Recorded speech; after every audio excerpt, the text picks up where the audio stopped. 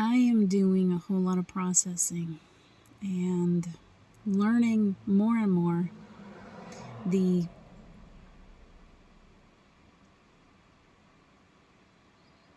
intricacies, the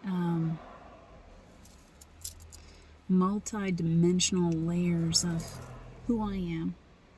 And I'm learning more about who others are around me. And the truth is the most important thing is not to try to figure it all out with the brain, correct? We are trying to remember who we are. We are remembering parts of ourselves that have long been forgotten. We are coming to a place of greater channeling. All of us, collectively. That's why I use the word we. Over the past, I don't know how long it's been, I have felt a huge shift in my own reality and who I am. And at times I'm very, very stuck. I'm still very much a 3D human being. And yet, when I get off by myself or in these times of great growth, which last night was massive, massive downloads, I'm realizing the multidimensionality of my own soul and all of the different parts of me. And I'm coming to a better understanding of who I am. I am that I am that I am. So important for us to say that often. Who am I? Am I this little package that walks around the planet, being quite small? Excuse my camera falling down. Or am I greater? Am I more than this? I often, for a long time, I was doing go lives, and I know that people enjoy those live interactions, and I will get back to that. But I feel the need for those who feel drawn to hear what I have to say. I feel as if I need to come to these mountains where I don't get a signal, and I need to really let myself channel the messages that are coming through to me as I'm driving, as I spend time here.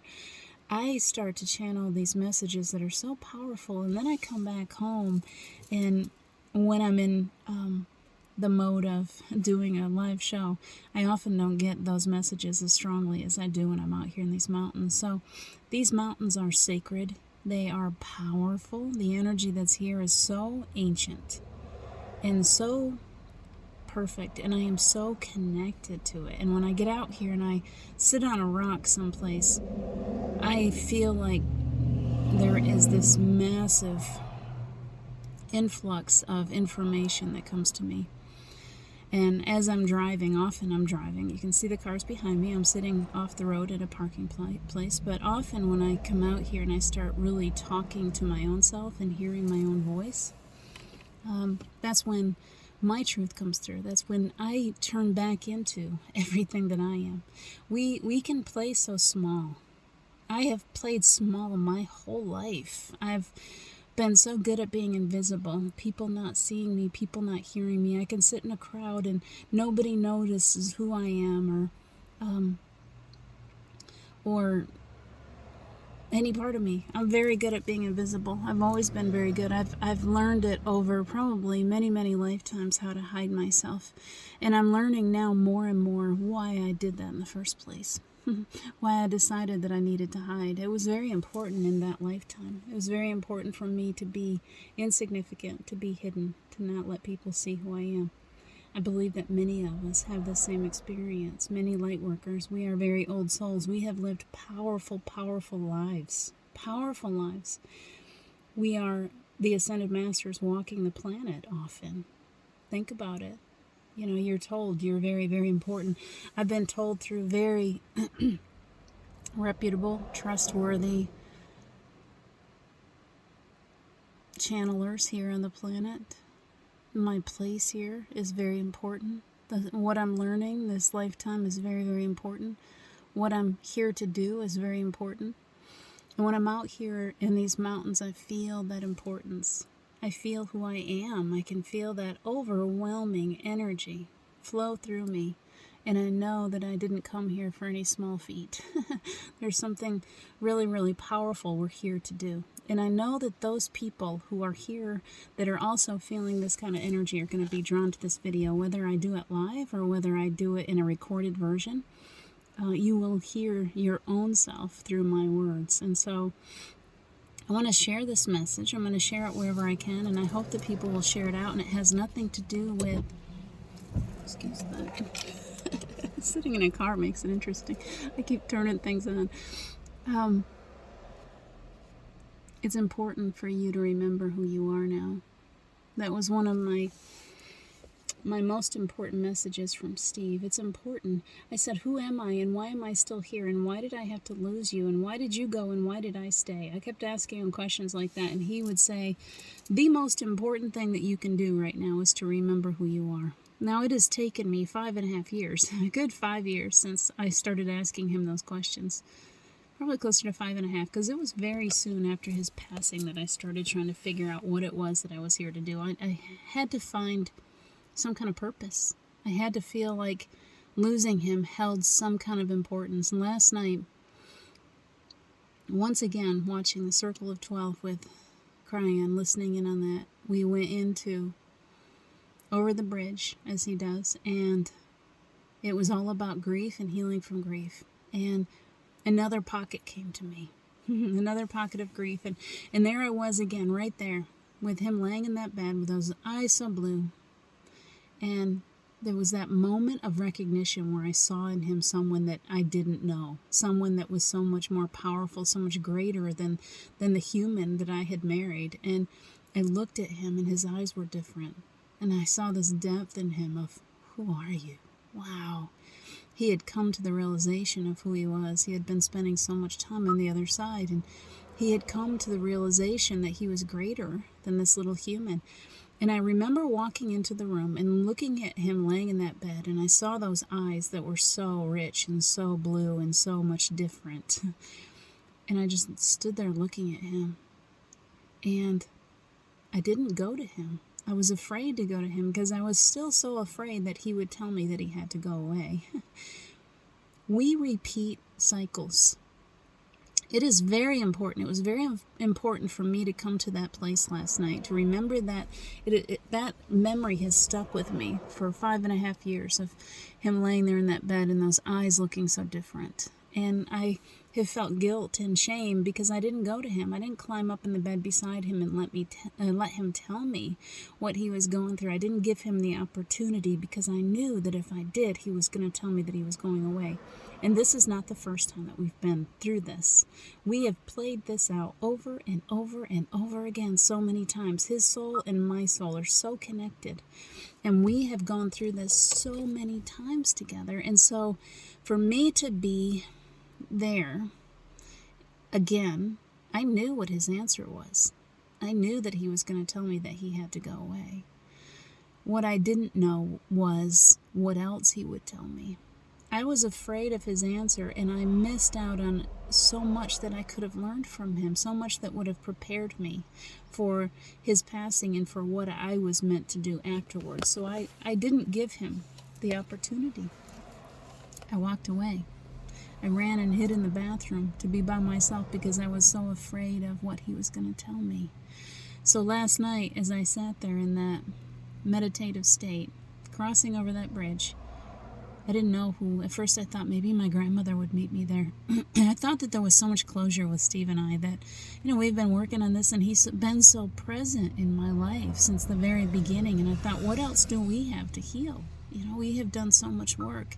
And I hear you, and I understand you, and I believe that we are so connected. And I didn't feel as if even though I kind of knew intuitively that he would be the one, I felt like, we already have a bridge. We developed a bridge between us from the very beginning. And so we were very, very connected. So what else did he have to tell me? It wasn't what he had to tell me. It was what I had to tell him. I needed to tell him that I was sorry, that I didn't go to him, that I didn't give him an opportunity to explain to me, to tell me about where he was going and what we were going to do after he passed and left physical. And for the longest time, I've carried guilt about that. And he needed me to know that there was no reason for that. There's no reason. That our connection is so strong that even though it took me a little longer to come to that place, and even though I couldn't accept it when he was still with me physically, that we are a team, that he is my greatest guide, that he loves me unconditionally, and that he is so grateful and so thankful that I have finally come to the place where I am remembering who I am. And so I sat there in that space last night, and tears were just pouring down my face, and I'm just doing this ugly cry, that kind of stuff. You know, a little child when they've had a good cry. I looked a mess. But it was closure. It was beautiful closure last night on a part of me that still needed healing. It was a deeper healing than I've ever experienced, and I've experienced some pretty deep healings. And so as I was sleeping last night, I had this dream, very, very vivid dream of being called to speak in front of people. And I could see myself, there was a little hallway. I was standing at a door, and all I could see was maybe 10 people. And I thought, okay, I can do that. I speak in front of people all the time. I can go speak in front of these 10 people. What I didn't understand was, sorry for those beepy noises. What I didn't understand was, as I was standing there looking out at those 10 people, when they passed me the microphone, I walked out to where those 10 people were. And I looked beyond those 10 people, and it dropped down into a huge amphitheater, and I couldn't even begin to count how many people were there. There was just faces and faces and faces and faces, this like ocean of humans, all of humanity just stretched out before me. And yet, as I spoke, and I had no idea what I was going to speak about, the one thing that came to me was,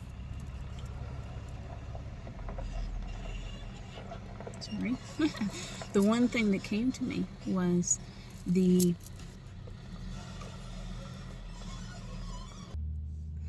one thing that came to me was, let me see if I can refocus. We had a lot of action in here. The one thing last night was this morning. So in the dream, I saw all these people. And as I began to speak, the only thing that I could speak of was what came out of my mouth was the story of Steve. 5.5 years ago, I started going through that same story again, the loss of him in physical form. And where that took me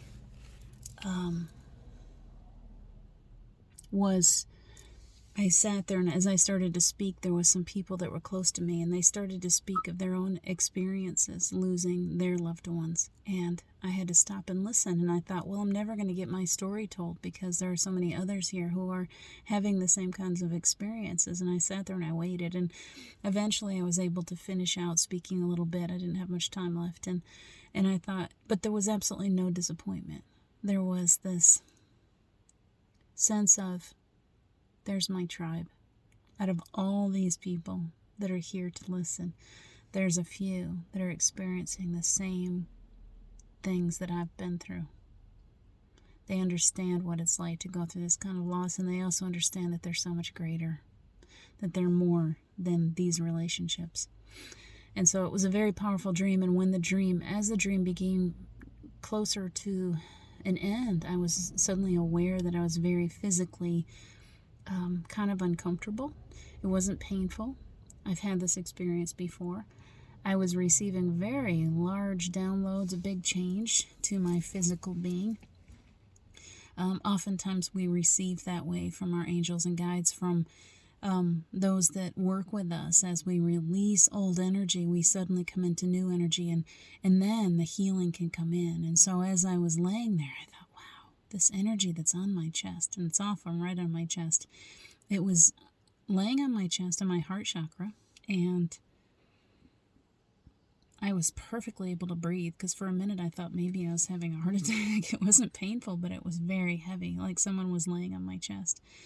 And it moved up into my third eye, and I felt that wave of energy going through my third eye. And I knew that I was I was getting some kind of massive upgrade. Something big was happening to me, and it requires me, when that happens, to really spend some time by myself, which is what I'm doing right now. I'm out in the woods trying to process all the information. I'm not sure where all this goes.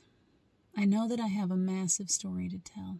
I know that as I drive through the mountains, the understandings of what happened between Mary Magdalene and Yeshua, what happened between the disciples and Yeshua, what truly happened, they play out inside of me as if I was right there. And then lifetime after lifetime, I understand Mary Magdalene and in her pain. I understand Yinya. Yinya is who I call her, which I believe her name is not truly Mary Magdalene. I truly don't feel that. Her name is Yinya as far as I'm concerned. She and I are so connected. I feel her pain. I know her suffering. I know how she responded. I know that she likely did not listen. I know she did not listen to Yeshua. Yeshua's only goal was, I know I'm dying. I know they're going to take me. I do not want my loved ones to be on the cross beside me, on another cross. I want them to be protected. And she was his love, and she was the one that he surely did not want to have there beside him. So he did everything he could to try to protect her. And today, a story came up, a Bible verse came up on someone else's feed, someone that I care about, and it was all about Peter. And it was about how Peter denied Jesus 3 times, and the truth came to me. I'm driving through the mountains, and I'm like, no, it didn't happen exactly the way the Bible says. The Bible has been translated incorrectly once again. He was told by Jesus that he had to deny him 3 times because Yeshua, not Jesus, Yeshua came to him and said, I am going to die tomorrow. I am going to die. And I know that you want to stand at my side, and I know that you would hang on a cross beside me. And I will not allow that. I need you. As my best friend, I need you to be there for her. I know that she will not stay safe. I know that she will come to me. I can see it. He was very, very intuitive. They were both so connected, and he knew that she would never stay away from him. And so he begged Peter, please do not get taken. Please do not let them know that you are one of my followers. Please do not be hanging on a cross beside me. I need you. I need you as my best friend to deny me as many times as you need to deny me, and I see you denying me 3 times. And I know it's going to hurt you to lie. I know it's going to hurt you to let me go and die without you. I need you to protect the one that I love the most. I need you to protect Yinya. I need you to protect her with everything that you've got. I need you to be here with her. I need you to hide yourself and be here when she shows up so that you can be here to make sure that she doesn't do anything crazy and end up dying for her love of me. And Peter said, I will. He did. He did. I have a very clear memory of that whole situation. And I remember that in the pain and suffering of watching everything as it unfolded, that there was one person there that protected, that cared for, that made sure that she did not die, that she was able to get through the situation as it came about. And so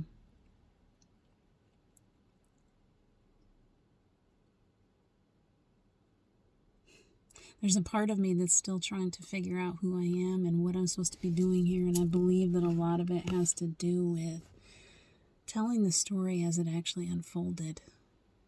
And I know that there are many that will try to decry or fight against what needs to be spoken. But it is time for Yeshua, for the energy of Yeshua, for the energy of Yinya to return to the planet, and there is a red carpet that needs to be rolled out to help them. We need a better understanding of the love that comes to us from the other side. We need to understand that God never required a sacrifice for us. We were never required to do anything other than just exist here and to do the best we could. And we do the best we can with what we've got to work with. And when we're baby souls, we don't have much to work with. And we're still learning all the time. And we often do things that are not very kind to one another. And that does not make us unlovable. And that does not make us be sent to hell, to some fiery, burning pit. That's all fear-based programming. And fear cannot come from God. God does not have fear. So anything that we have been taught that has anything to do with fear is not of God. It is only of man. Man created those stories in order to control, in order to better understand. They didn't do it necessarily to lie or to manipulate. They did it because they did the best. They taught us the best they could with what they had to work with. And in that understanding, at that time, that was the best that they had. And now, as we begin to channel the love that comes through from the heavens, the love of God, the love of Yeshua, the love of Buddha, the love of all of creation, the love of this earth, we begin to channel a new message, a true message, a message that comes straight from God. And it says, "You are so loved. I came to you in physical form because I love you so much, and you required a sacrifice. You felt as if you couldn't make it back to me. Your egoic selves created a story that said, if we don't have someone to sacrifice or something, that we won't make it back to the heart of God." It was the fear-based programming. It was the egoic self that created the entire story of hell and heaven. And if you play your cards right and you do it this way and you do it that way, and there's so many stories, and those stories have been going around and around, and so many of them overlap with one another. We think, oh, this is my religion and it's better than anyone else's, and this is the only one that's going to get you to heaven, and that you could not be further from the truth. You cannot do anything wrong enough to keep you from returning to the heart of who you are, which is God. You are the very spark of the Creator. We all are, every single one of us, and we never needed a sacrifice. We never needed a sacrificial lamb. That is truly a physical, egoic story that was created. And it's been so powerful. And it's created so much fear. And so many people have lost themselves in it. And there are souls who haven't even crossed over because they're so afraid of what's going to happen when they get to the other side, because they're afraid they're not good enough. You are good enough. We are all good enough, and we all cross, and we are all still present in the lives of one another. A soul only changes forms.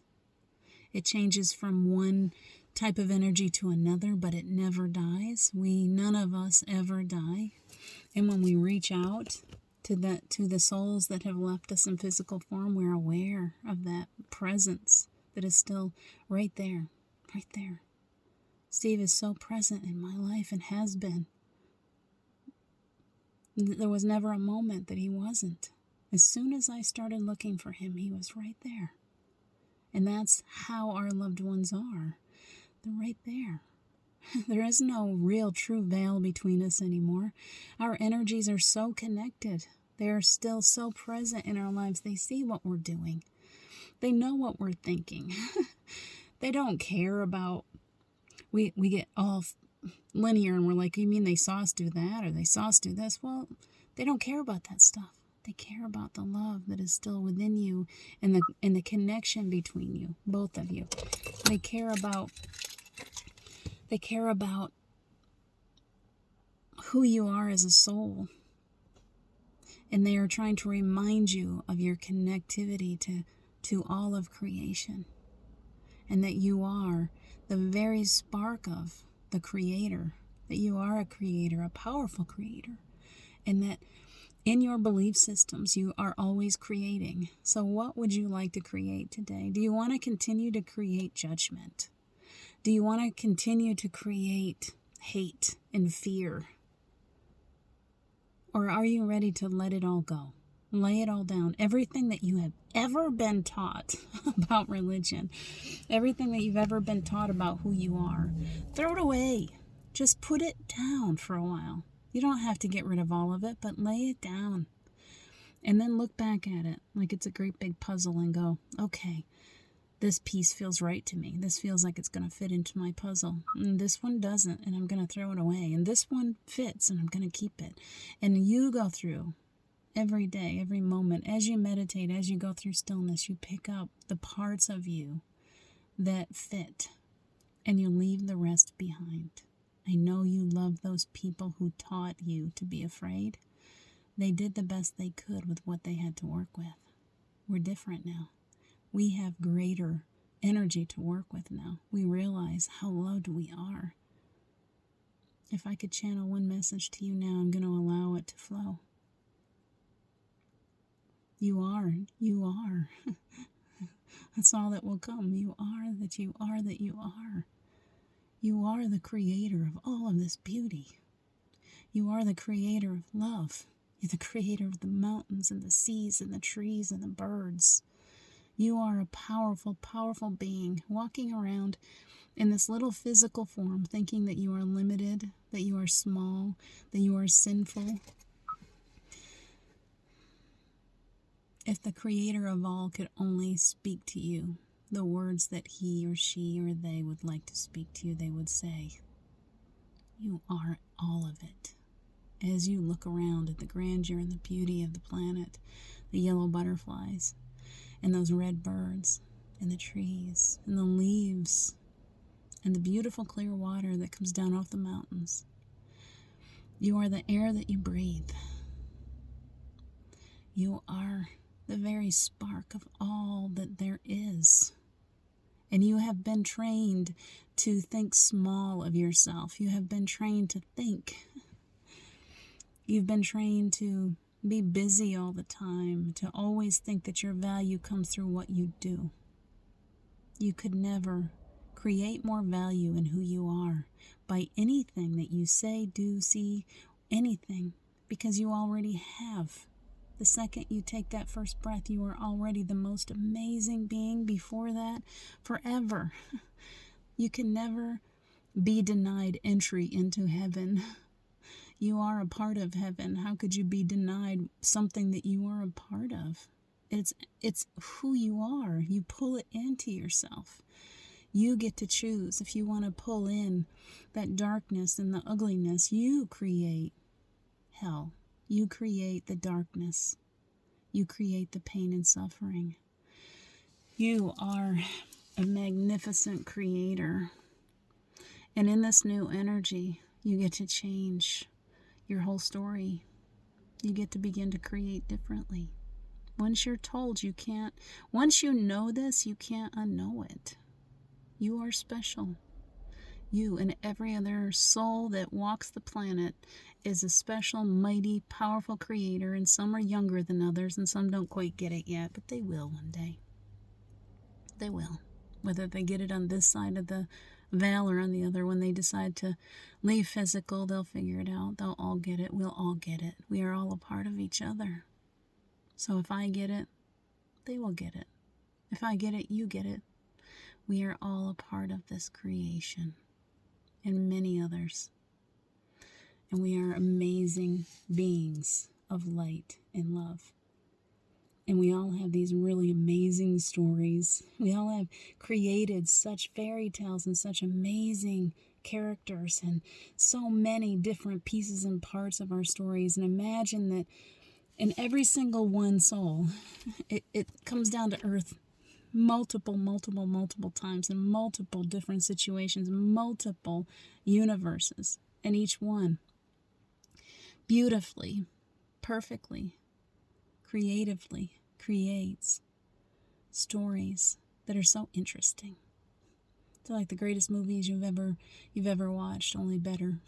So much better. You have created so much. You are a magnificent creator. Stop belittling yourself. Stop thinking so small.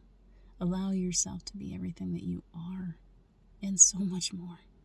So much more. And when you leave this physical form, I promise you, you're going to fly free. You're going to fly out of that story that you've created again. And you're going to sit there and you're going to look at all the movies you've created and you're going to go, wow, look what I've done. Look what I've done. Imagine that I did that.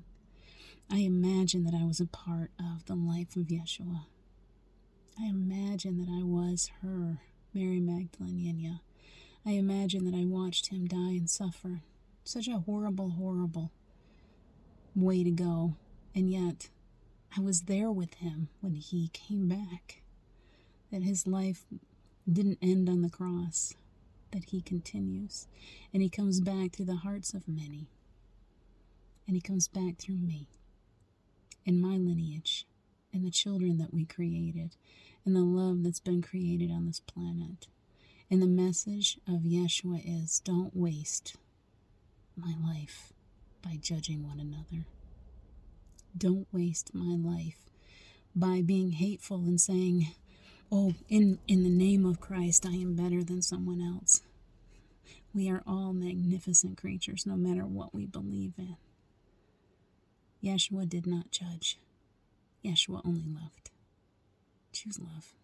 Choose love and let it just flow. The rest of it, let it wash away. All judgment, all false belief systems, all of it, let it wash away and become the truth of who you are, which is the very heart of the man that you worship. He does not want to be worshipped. He wants you to feel the love that's in his heart for you. I hope that you'll pass this around. I eventually get to the point all the time. Enjoy your day. I will be back as soon as I feel the call. You are so loved today.